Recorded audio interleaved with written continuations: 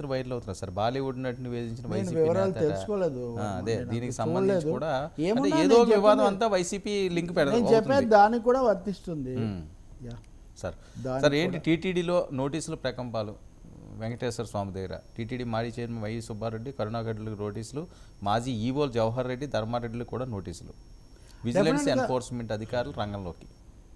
Vigilance enforcement అనేవి తీవ్రమైనవే. నిజంగా వాళ్ళు పర్సూ చేస్తే బయటికి వచ్చేవి రావచ్చు కదా. టీటీడీలో చాలా జరిగాయని అంటే మతపరమైన వివాదాలు చేయటం అనేది అది అనవసరమైన విషయం. కానీ పాలనాపరమైనటువంటి ఆర్థికపరమైన అక్రమాలు ఏమేమి జరిగాయో వాటి మీద చర్యలు తప్పకుండా తీసుకోవాల్సిందే. తీసుకుంటారేమో, మనం చూద్దాం వాళ్ళు ఏం చెప్తారు, ఇంకా ఈ ప్రాసెస్ ఏం జరుగుతుంది అని. ఎందుకంటే కొత్తగా వచ్చిన ఈవో ఏమో ఇంకా కొంచెం నేను అధ్యయనం చేయాలి అది శ్యామలరావు. ఆ తర్వాత ఇప్పుడు ఇవి వస్తున్నాయి మొదటిసారిగా చూడాలి ఇంకా మనం. యా, నిన్ననే తిరుపతి ఎంపీ గురుమూర్తి కదా, గురుమూర్తి ఆయన ఓ పెద్ద మల్టీ లేయర్ బస్ స్టాండ్ మేము కట్టబోతున్నాం, బస్ సెంటరు తనతో చర్చలు జరిపినట్టు ఇవన్నీ చెప్తున్నారు. అన్ని రకాల వాహనాలు అక్కడికే వస్తాయి, కేవలం బస్సులే కాకుండా 12 అంతస్తులు ఉంటుంది, అది ఇది. నేను కేంద్రంతో చర్చల్లో టచ్లో ఉన్నాను, ఇవన్నీ ఆయన చెప్తున్నాడు.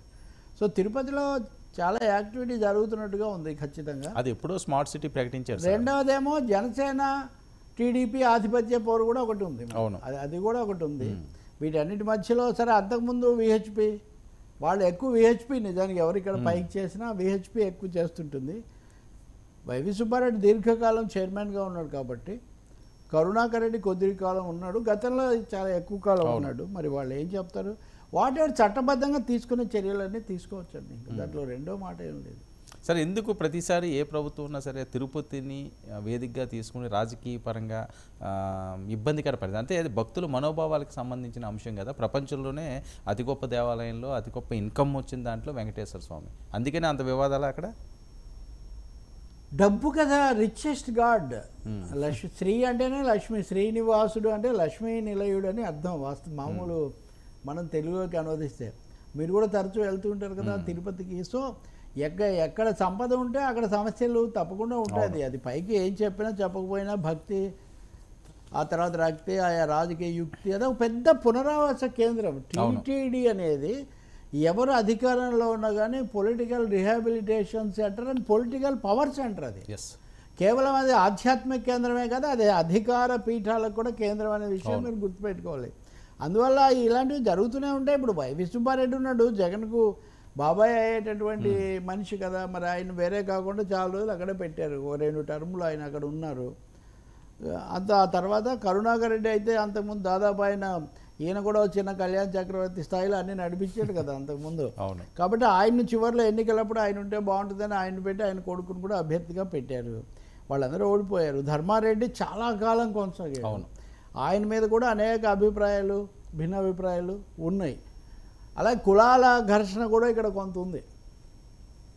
కులాల ఘర్షణ ఎవరు అదుపు చేస్తున్నారు లేదు. అంతకుముందు రమణ దీక్షితుల పేరు ఈ మధ్య వినిపించట్లేదు. రమణ దీక్షితులు, రాజకీయ కక్షితులు, ఇవన్నీ కూడా ఉన్నాయి. కాబట్టి ఉంటాయి వేళ ఎక్కడ అధికారం ఉందో, ఎక్కడ డబ్బు ఉందో, అక్కడ ఆశ్రయాలు కూడా చాలా పెద్ద పెద్ద భవనాలు అన్నీ ఉంటాయి. కాబట్టి మత శక్తులు కూడా అక్కడ చాలా ఎక్కువగా ఉన్నాయి. ఇంతవరకు ఈ చర్చలో ఎక్కడ రానిదేమంటే చాప కింద నీరులాగా అక్కడ ఆర్ఎస్ఎస్, బిహెచ్పిల ఆధిపత్యం చాలా అమలు జరుగుతూ ఉంటుంది. బొమ్మల్లాగా అక్కడ ఉన్నవాళ్ళు వాళ్ళు చెప్పేదాన్ని అమలు చేస్తూ ఉంటారు. ఇప్పుడు టీడీపీ వచ్చినా కానీ ఆ శక్తులను కాదని వెళ్ళగలిగిన పరిస్థితి ఉండదు. నిజంగా చెప్పాలంటే అక్కడ గతంలో బీజేపీ నాయకుడిగా ఉన్న ఒక ఐఏఎస్ అధికారి వాళ్ళ పార్టీకి చెందిన ఆయన చేస్తున్న దాని మీద ఒక ఫిర్యాదు ఇచ్చాడు, దీని మీద విచారణ చేయమని. అంటే మరి అన్ని వైరుధ్యాల పుట్ట తిరుపతి అనేది, వైరుధ్యాల పుట్ట. అంత ఆధ్యాత్మిక ప్రదేశం అంటే ఎప్పుడు ఇవన్నీ కలిసే ఉంటాయి. మీకు ఎప్పుడైతే నిజమైన భక్తి ఉన్నవాళ్ళు నమస్కారం పెట్టుకొని వచ్చేవాళ్ళు వాళ్ళు వచ్చేస్తారు. దాన్ని ఆశ్రయించుకొని బతుకుదాం అనుకునేవాళ్ళు, దాని చుట్టే తిష్ట వేసిన వాళ్ళు, వాళ్ళ పాత్ర వేరే ఉంటుంది. అది ఇక ముందు కూడా ఉంటుంది. చంద్రబాబు బాగా తెలుసు ఎవరో ఎందుకు ఆయన దాంట్లో ఇంక వేరే ప్రాంతవాసే, చిత్తూరు వాసే కదా సార్ ఆయన కూడా. ఖచ్చితంగా ఆయన చాలాసార్లు అనేవాడు కదా, రాజధాని సరైన చోట ఉండాలని ఇక్కడ పెట్టాను, లేకపోతే నాకే అధిక ఇష్టం అయితే నేను తిరుపతిలో పెట్టుకోవడం కంటే నాకు వేరే ఇంకా అంతకంటే నాకు ఏముంటుంది సంతోషం. సరే, ఓకే. చంద్రబాబు నాయుడు గారు అంశం వచ్చింది కాబట్టి ఏపీ సీఎం కేటాయించిన హెలికాప్టర్పై చాలా సందేహాలు వస్తున్న నేపథ్యాలు ఇది చాలా కీలకమైన అంశం. చంద్రబాబు